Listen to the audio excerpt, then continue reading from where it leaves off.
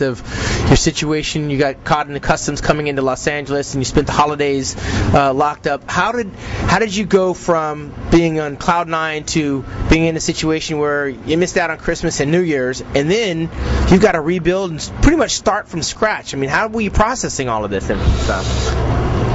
Yeah, I was in vacation for like 70 days and 70 days. 70 days, yeah.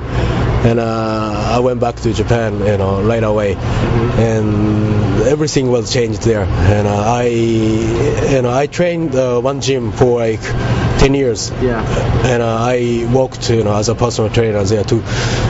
But I can't train there anymore. So that was all taken away. Yeah, so I gotta find a new gym. Right. Hopefully, I was lucky. There is one really good friend of mine. Long time. He owns a gym, so he let me train. Right. And you feel like you were being made an example of? Because clearly you're not the first guy that got busted bringing something in. There's a lot of professional bodybuilders that deal with that same scenario, yet they don't have a big X on their chest and people don't write them off. Did you feel like your country turned their back on you at that time? Yeah, at that time actually, yes, I felt exactly like you say, but it was my fault. So the people didn't do nothing wrong. I just did wrong. So I had to pay everything. Pay my. Was it a misunderstanding, or did you understand that you were doing something wrong and you just had to pay the price?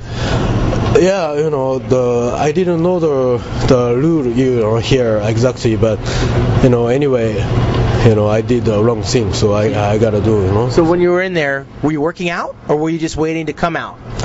I tried to, but there was no facility, weight facility. Just there is one chaining and the dips, in my dorm. So I tried to train because I had a lot of time to kill. Yeah. So did you think the dream was dying in there? I mean, did you foresee yourself getting ready to step back on the stage as impressively as you did this past February or January at the Pro Ironman, re-qualifying for the Mr. Olympia in pretty much a year's time? Last year it was. Sometimes I felt, it's never gonna happen to me, to return the pro stage, because it was really hard to get my visa back. Yeah.